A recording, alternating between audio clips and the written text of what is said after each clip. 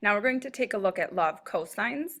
So for law of sines, you use it typically when you know two angles or an angle on the opposite side.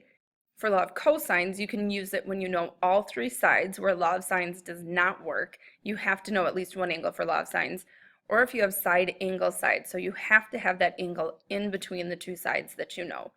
So like law of sines, we have two different versions of law of cosines.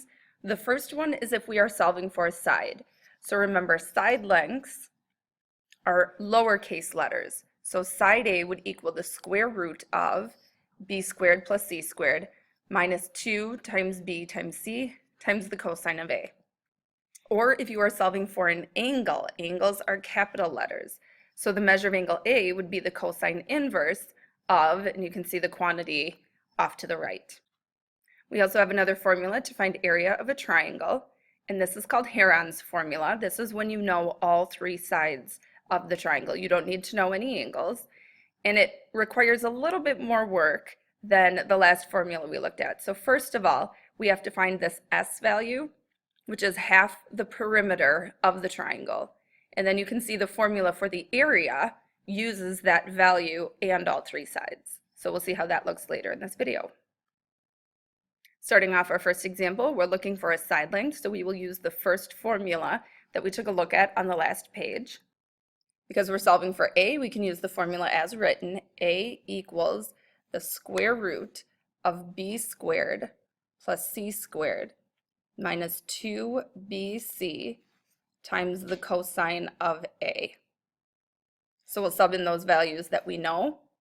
So we have the square root of 5 squared plus 7 squared minus 2 times 5 times 7 times the cosine of 45.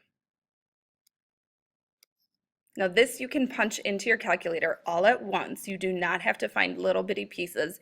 In fact, I recommend not doing that because you may violate order of operations where your calculator will not.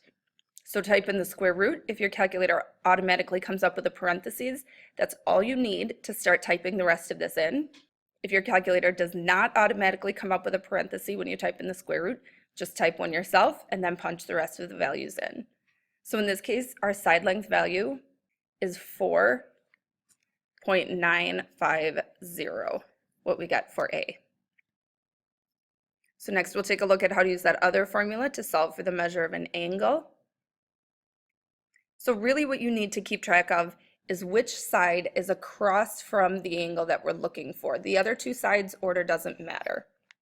So our formula is cosine inverse of the two sides that are next to that angle in any order, squared and added together. For our example, we have 3 squared plus 7 squared minus the side across from the angle squared, all over 2 times the two sides that form the angle. So the side across from the angle is only used once, and the two sides that form the angle are used twice. So that might help you keep this formula straight. Again, you can punch all of this into your calculator. You may need to use extra sets of parentheses. So use the big parentheses to begin and end, and then you'll need parentheses around the numerator and the denominator as well.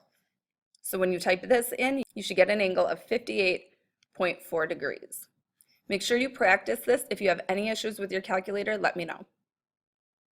And finally, we have area of a triangle. So the first thing we need is to find that S value, which is half the perimeter. So we'll add those three sides together. We have 28 plus 33 plus 37.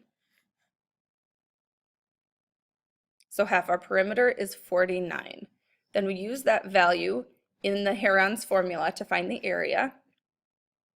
So we do area is the square root of that S value, and then you take that S value and you subtract off each of the side lengths, and then you'll multiply those values together.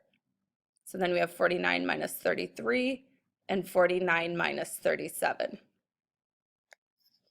You can punch all of this into your calculator at once as well. I think for the majority of you, it would actually be easier to go ahead and simplify what's in the parentheses before you punch it in, just so you don't have quite so many sets of parentheses to keep track of.